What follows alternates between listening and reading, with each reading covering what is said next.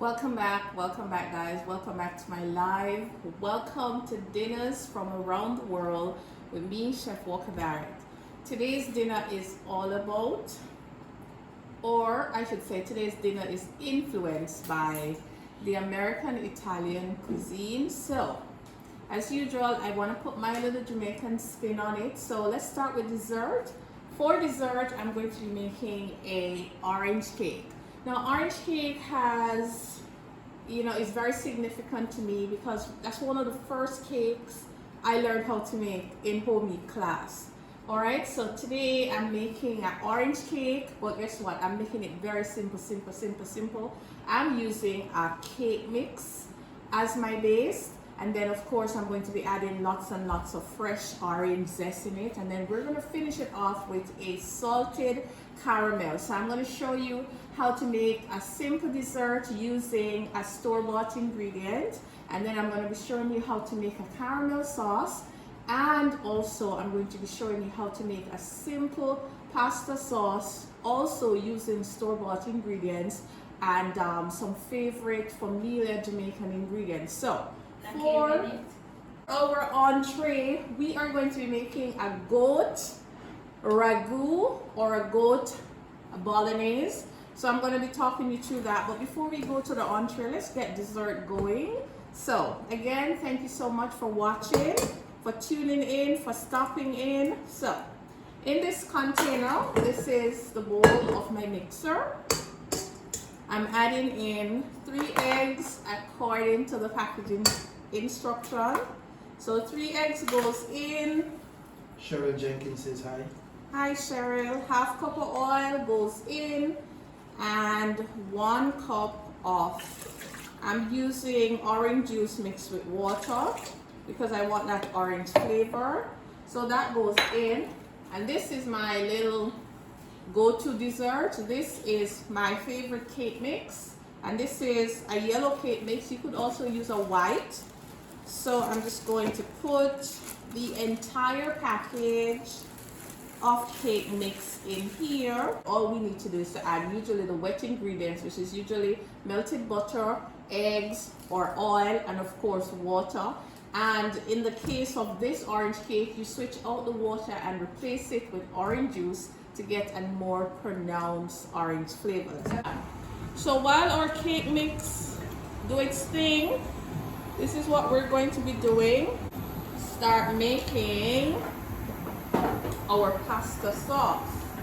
We're making a bolognese. This dinner is inspired by Italian cooking. A bolognese, simply put, is a meat sauce, or some people say a ragu. It is usually ground meat cooked in a rich tomato sauce, and it has celery, onions, carrots, and so on. So tonight we are using goat meat along with some bacon because bacon makes everything taste so much better. Came on, I started rendering out my bacon, so this is what it looks like. Now, bacon is pork, and bacon is something that is fatty.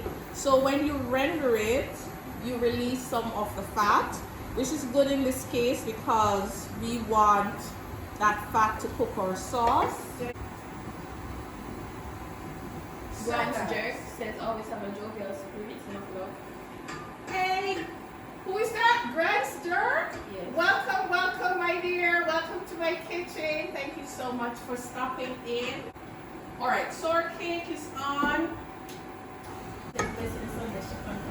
Hey, Karen. So guys, we're making a meat sauce. It is called a ragu or bolognese. Don't ask me, bolognese sounds very Italian, right? And so that's our inspiration tonight. So in here, I have chopped onions, chopped sweet pepper, some scotch bonnet pepper, chopped garlic, and celery. So I'm just gonna put it into my pot, and I'm gonna start making our sauce. Oh, and by the way, the bacon, render out all of its fat in here, and this is what we're using to cook our seasoning. All right. So you call it seasoning, which is fine. I am calling it flavor builders because this is what's going to make the finished dish taste so much better. Abigail says that this is lovely. Thank you, Abby. Lady Kimon says the vegan chef will be ready. Hi, Lady Kimon. So guys, remember I promised you orange cake. So this is how you get the maximum orange flavor. So what I did was to zest the orange. The zest is really the peel of the orange. Try not to get the white part in it. So I just grate the peel off. The peel of any citrus fruit is filled with oils. And it has a nice, strong, pronounced orange flavor in this case. So this is what I'm going to be adding to my cake mix to take it from regular to delicious. So I'm going to add some orange peel. Happy birthday when it comes, Karen. Okay, so cake mix is ready.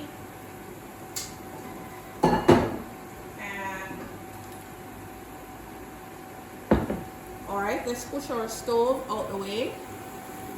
Okay, and by the way, for those who are just joining, welcome, welcome, welcome, welcome to my kitchen.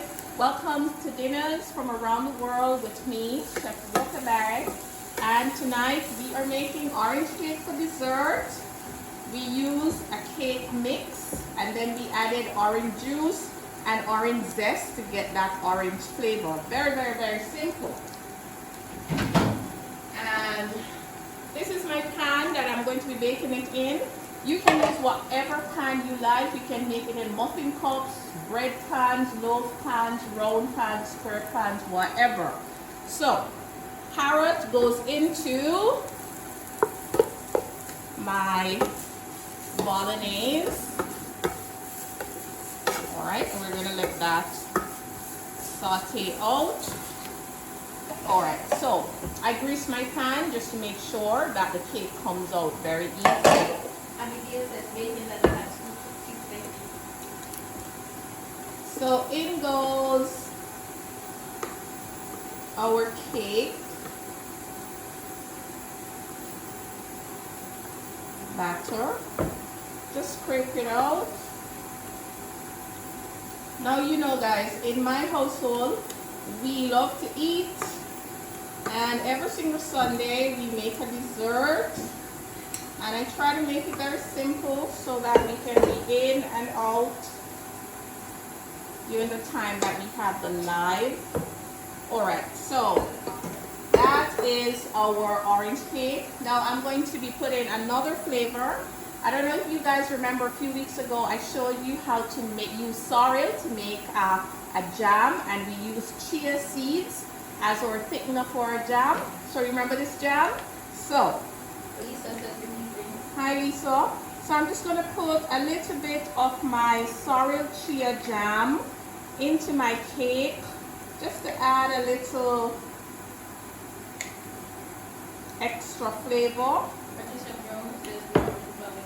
Take a look guys, cake is going in. We're going to be baking this at 350 and this is going to take, I don't know, about 30 minutes. Let's see. So cake is in, our sauce is cooking away. Let us clean up some of these things that we're not using. Elaine, welcome, welcome, welcome. So we are making a goat Bolognese.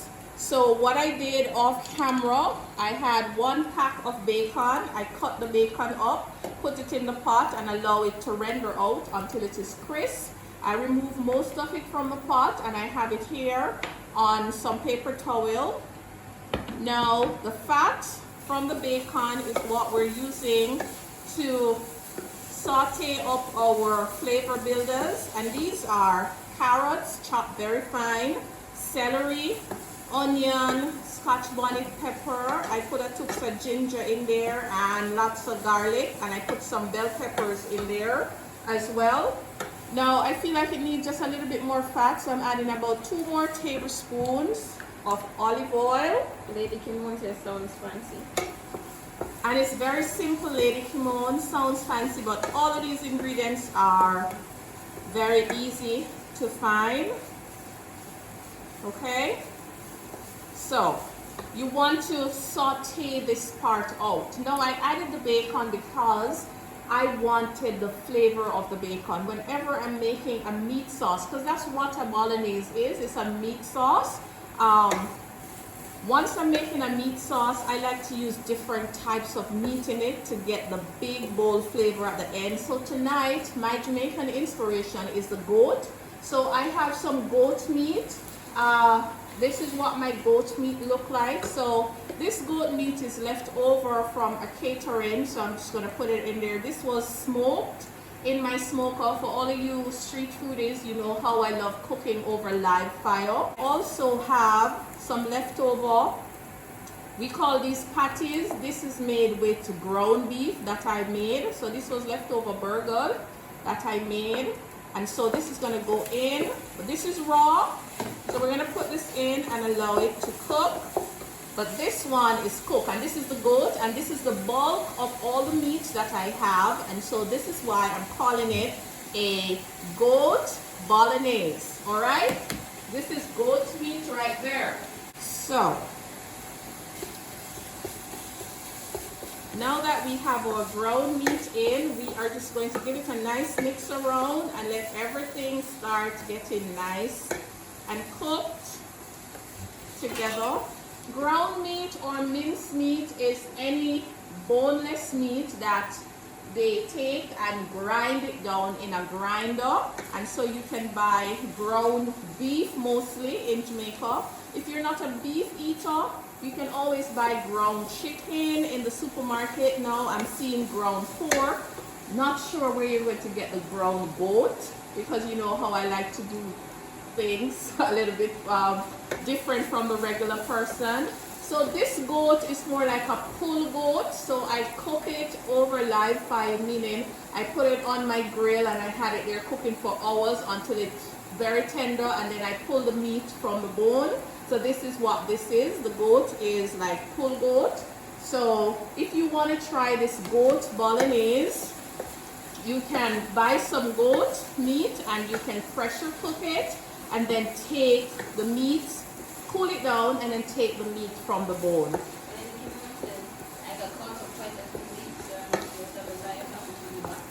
Happy to have you back, Lady Kimon. So guys, Tamika McCarthy, greetings everyone. hey Tamika. So now we are going to switch up our fires. So I'm going to put this one on this burner, and then I want to show you guys, I'm going to show you guys how to make a caramel. So last week, was it last week we made a caramel? Yes. So last week I made a caramel, and so what we did, we put white sugar, water and honey in this same pot because this is left over from last week, and I said, oh my god, I cannot waste this. So I figured that I will show you how to make a caramel sauce. So if you want to know how to make a caramel, you have to go back and watch the live from last week. It's on IGTV to see how the caramel is made. And so tonight, this is the leftover caramel, and once we add cream to it, it is now caramel sauce. So the sugar is nice and hard. As you put it on the stove now, it's going to come back down. It's going to melt. So we're just waiting for that to happen. And I'm doing that at about 360.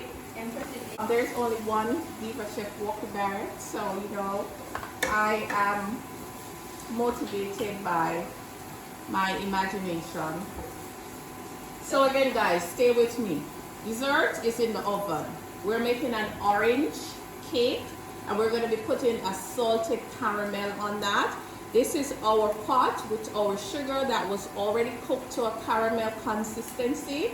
Now we're going to be adding cooking cream to it to turn it into a caramel sauce. All right? Thank you. For our dessert, guys, all I did, I went to the supermarket and I bought a yellow cake mix. So the yellow cake mix, so next time you see a cake mix, stop for a bit, check it out. Cake mix is an awesome base.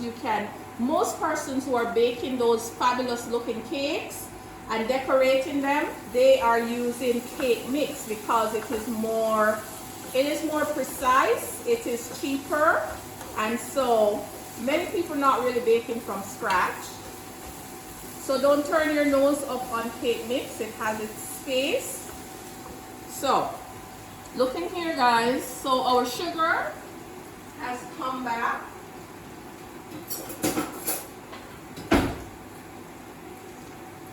This is our sugar. It's coming back up to temperature. So I'm just going to give it a little stir and just let it continue cooking just for a few more minutes. And then, this is important. This is cooking cream or heavy cream. This is what is going to turn it from caramel to a caramel sauce. Now this cannot be achieved with regular milk. So you can't use whole milk. You can't use evaporated milk. You have to use a milk that has a lot of fat in there. So this is actually the cream part of the milk, and this you can buy in the supermarket in the freezer section. I was very happy to see them selling it in 8-ounce size. I see 2 brands. I see an Ellen Bear and I see an Anchor brand, and they're called either heavy cream or cooking cream. And this is what you creamy pasta lovers, this is what the persons who are making cream sauce the right way, this is what they use, cooking cream or heavy cream. I told you last week, it will burn on you if you don't pay attention. So this is where we are at. I'm going to just turn it off. Step back guys, do not come too close. And you add the cream slowly and stir just like that. And this is how you make your caramel sauce. Alright, so this was 8 ounces of cream. The more you stir, the thicker it will get. You can also add some butter in there, but I don't usually add butter to my caramel sauce because the cream is filled with all that fat. So this is what it looks like. And as it cools down, it will get solidified to the texture or the consistency of peanut butter. Okay, and if you add cold butter in there, it gets nice and even firmer, like a taffy consistency. So this is going to be our caramel sauce that we're putting on our, take a look, YouTube, this is our caramel sauce. And this is what we're going to be putting on our orange cake with some salt. So let's put that off to the side. Back to our bolognese. So our ground beef is nicely cooked. No. Chambers, hi, good evening. Hi, Sister Chambers, welcome. So now, guys, I'm going to add about a tablespoon of Italian seasoning. This thing has a variety of herbs in there. It has marjoram, thyme, savoy, sage, oregano, basil, and rosemary. First, the juice and Hey, Jules. So, Davina says I'm learning so much from you. thank you, Davina. So now that our bolognese base is ready, I'm going to switch back my stove. I'm going to put it back on the flat top. I'll fix it for you guys to see. So I'm going to put away the stove. Alright. And then we come back center stage. So at this time, this is where the store-bought sauce comes in. Now I went to the market yesterday and tomatoes are like $400 and $500 a pound. That was not my problem. They never look too good, you know. It doesn't make any sense you buy some shriveled up half-ripe tomato for that amount of money and they're not going to give you the effect, the result that you want. So in times like these, I use store-bought tomato sauce. So I have, this is about 1 cup of tomato sauce I'm adding. Are you calling with that, watching from cool Florida? Welcome. And this is another can. This is a 16-ounce can of tomato sauce.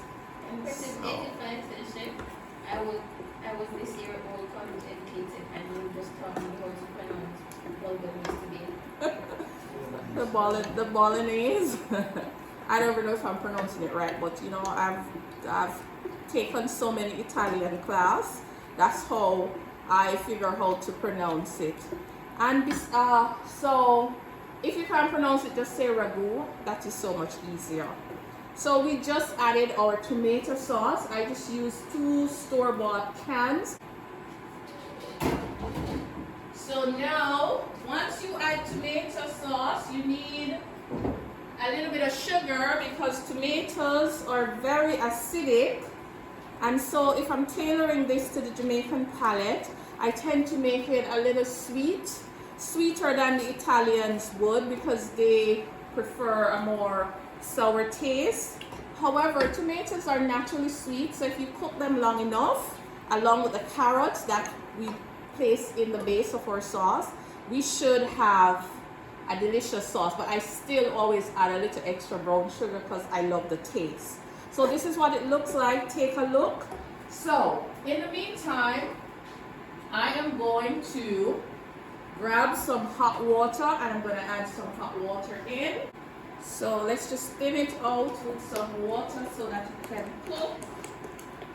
And so what the store-bought sauce does, it significantly reduces the time, you know, it takes to make a really good Bolognese. A good Bolognese sauce is going to be cooking slowly for 2 to 4 hours. That's how those Italian mamas, they cook everything low and slow with the freshest ingredients. But I am using a tomato sauce that is already cooked, so it's not going to take that long.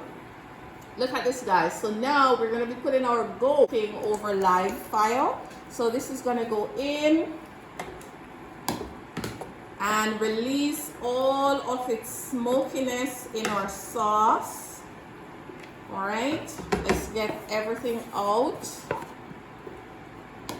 So that is our goat going in, and we're just going to let this hang out here. I'm going to cover it so it doesn't splash all over the place and leave it there to get nice and happy. Now let us talk about pasta. I love this brand. I found this brand at CPJ, by the way. It is called fusilli, F-U-S-I-L-L-I. I don't know, I don't speak Italian. So if all hell fail, let me show you what it looks like. It's just a spiral pasta. Alright guys? So let me grab my scissors. So I love this type of pasta because it works so well with the Bolognese sauce. The sauce is chunky, and so all of that goodness is going to get trapped in the ridges of this pasta. So I see some manufacturer just label it as spirals. This pasta is coming straight out of Italy, so you know it is a good stuff. See the Italian flag there, and on the package it said made in Italy, and this is made with a good semolina flour, so it has a delicious bite. Costs a little bit more, but not too much. It's so good, so you guys should try it. So I'm going to cook it. I have my water boiling. I already added salt to it. So we're just going to cook this nice and al dente and put our dinner together. Right, so I want to thank all of you for stopping by. So this is what our Bolognese is looking like. It's nice and thick and chunky. It has the smoky pulled goat in it. It has some bacon fat in it, and it also has some ground beef in it. So, oh, definitely. I totally forget about the spaghetti. So you see, when we eat some of this tonight, I'm going to freeze the rest, and then we're going to have it another time, because when you freeze sauces like this, it just keeps tasting better and better. Another good pasta I love to eat it with is a fettuccine, which is a ribbon type pasta. It's flat. I love eating it with some fettuccine too. Definitely spaghetti. So let's taste. This tastes like a good goat meat that is smoked, with a hint of bacon in the back. All right, so I am going to check on our pasta. I'm going to add just a little more liquid to this. I love adding some pasta water to my sauces because what it does, it helps the sauce to cling a lot better to the pasta. So let me just wash off my spoon. Okay, our cake is baking nicely. So guys, we're cooking. So if you guys have any question, this is a good time while we wait on our pasta to be ready. The only thing I feel like this need is some pepper. I think because in this house we just love pepper, so I'll just add some pepper to it later on. So this is what I like to do whenever I go to the market. I like to buy more pepper than I need, chop it up in vinegar and put salt in it, bring it to a boil and then put it in a jar, and then I just use from it. So since we love everything spicy, we're going to take some of our pepper and add to our sauce. Oh, and by the way guys, traditional Italian style Bolognese must have wine in it, or that's how my Italian instructor teach me to make it. But guess what? I totally forget about the wine. It just came to me and I really can't bother at this stage. Putting the wine in it at this stage is going to just ruin everything for me. So I'm just going to leave it as it is. Thank you, Serena. So when you cook with wine, guys, wine is acidic. It has tannins in there. It, depending on the variety, it can be sweet. So when I'm cooking with wine, especially a sauce like this that has tomatoes, that is also acidic, I like to put the wine in the first phase after I saute the aromatics, the flavor builders that we talk about. I like to deglaze that with the wine so that the alcohol can cook off and the flavor of the wine get concentrated. Now, if I should add the wine now, I would have to cook this sauce for much longer than I want to in order to have the flavor of the wine concentrate back into the sauce and really flavor the sauce. If you do not allow it to cook long enough, when you added the wine at this stage, it's going to just taste like meat sauce and wine. It's going to taste disjointed, and I don't like to eat like that. All right, so for that reason, since I forget to add the wine in the first stage, there's no wine in this Bolognese, and I don't feel no way, because guess what? This is my kitchen and I cook how I want to cook.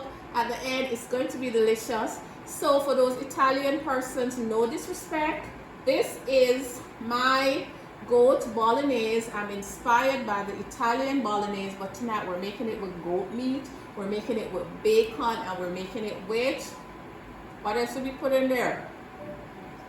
Whatever. We're making it with 3 proteins. I can't even remember the third one right now. The pasta is ready. I'm just going to strain it off. Add some pasta water. It's just a thing that I do. I feel like the starch from the pasta water really allows the pasta, the sauce, to cling to the pasta.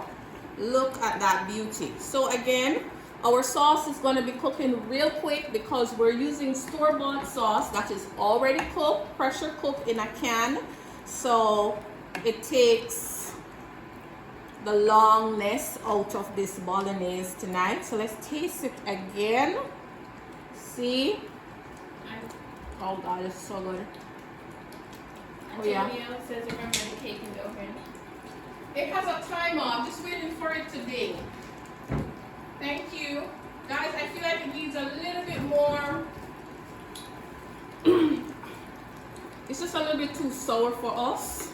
So I added a touch more sugar in. All right. And we're going to give it about 5 more minutes. Let me turn it down so it doesn't splash all over the place.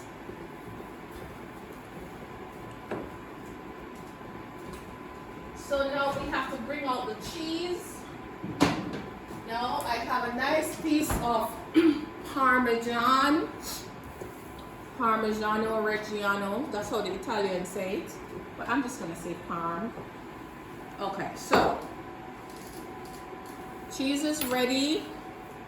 Grater is ready for cheese. Let's put our sauce out the way for now. And our cake, we're going to test our cake to make sure it too is ready. So, wow, the timer just dinged. So here's our little stand for a cake. And we need a little cake tester. Let's take our cake out.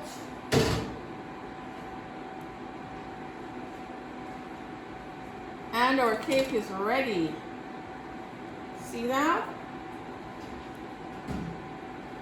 No worries, guys. This is going to become the bottom.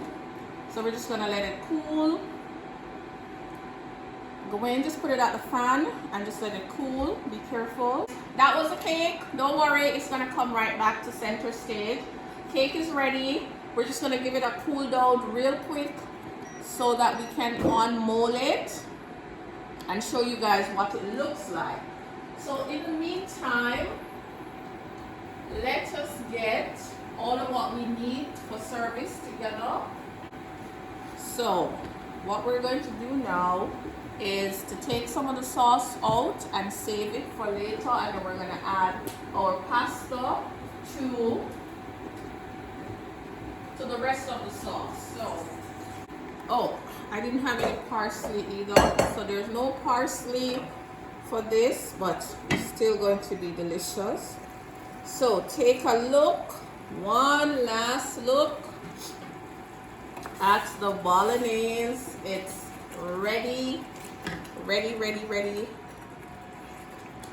See that? Isn't that just looking lovely?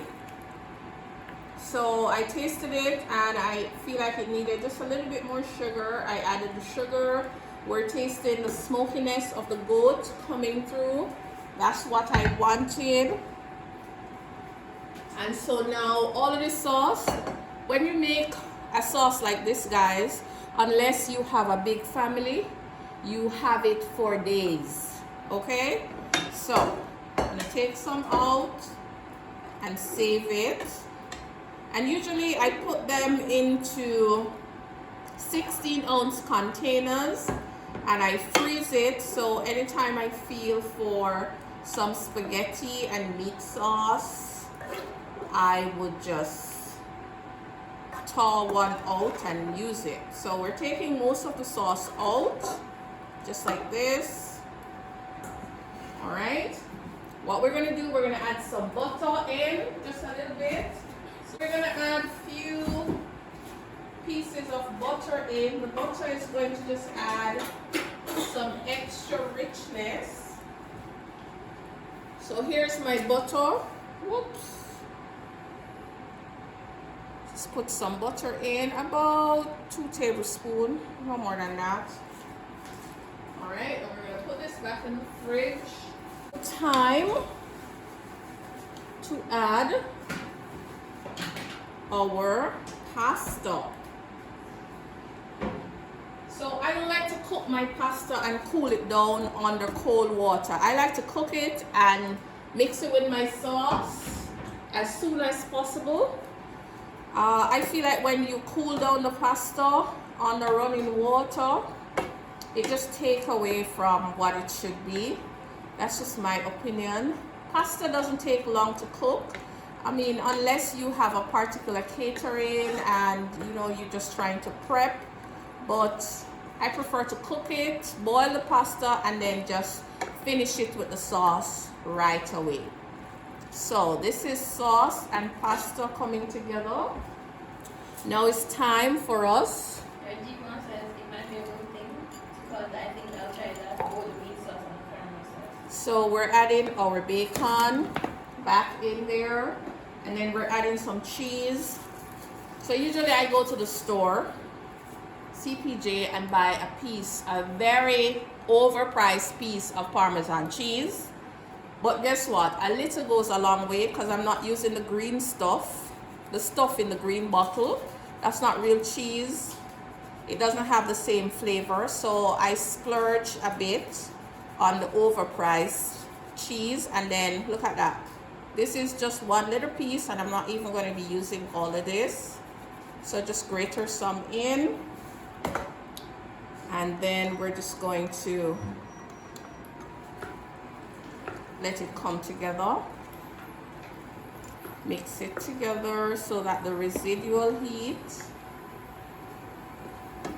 can just cheer everything up.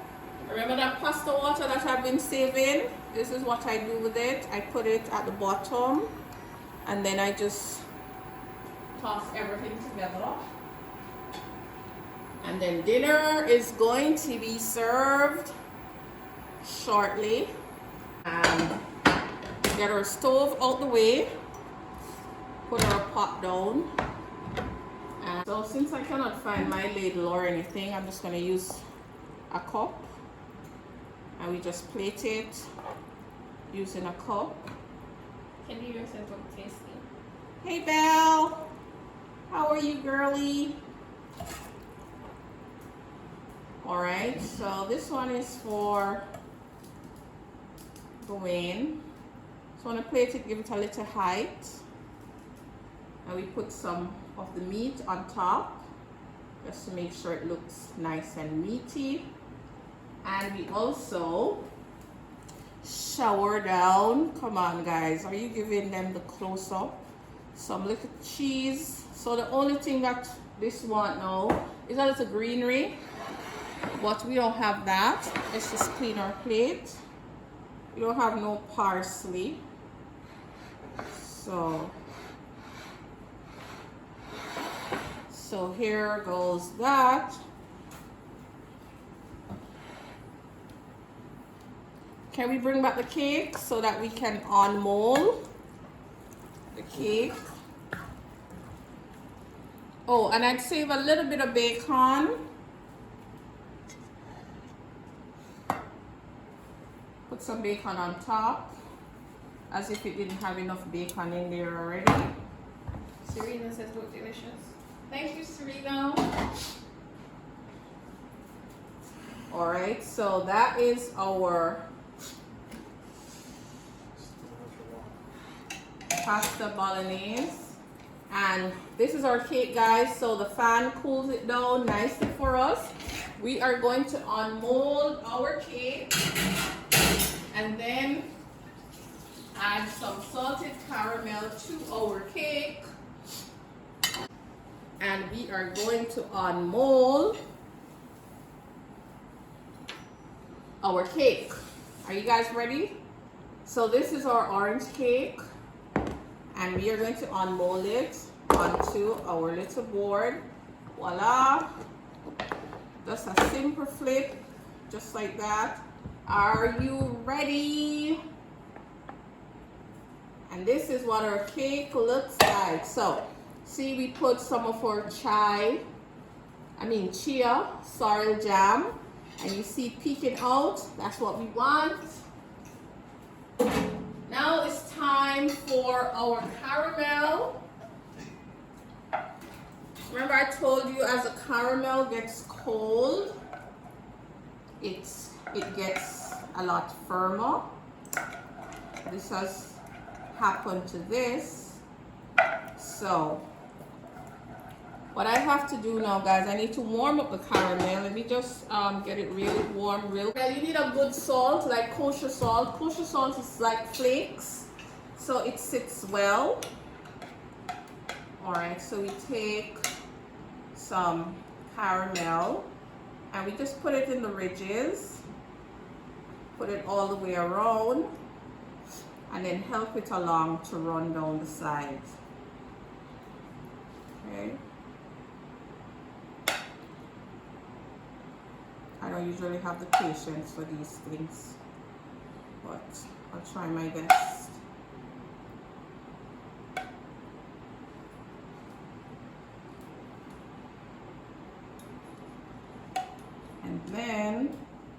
finally, we take a little bit of salt, not too much.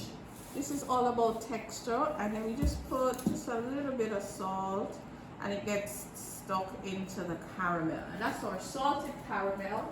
Now let us cut our cake, show you what the inside looks like. Let us cut our cake, guys. Are we ready? Please bear in mind that it's still a little bit hot. Okay. And this is what it looks like. Oh God, it smells so much like orange. And then put a little bit more caramel. See that? Just garnish the slice with the caramel. Serena says that is lovely. Thank you, Serena. So I want to thank you guys so much, so much for stopping in.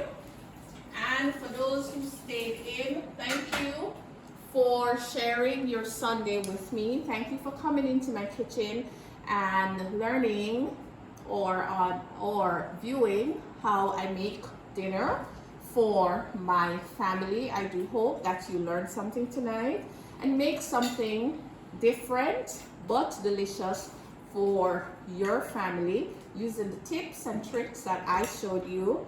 I am your diva chef, Simone Walker-Barrett. I will see you next time with dinners from around the world. I don't know where I'll be cooking from, but I'll see you, God's willing. Remember to subscribe to our YouTube channel. It's called Nextinfood.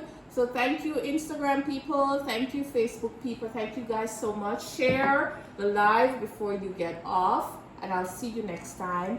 You take care and have a safe week and have a blessed week.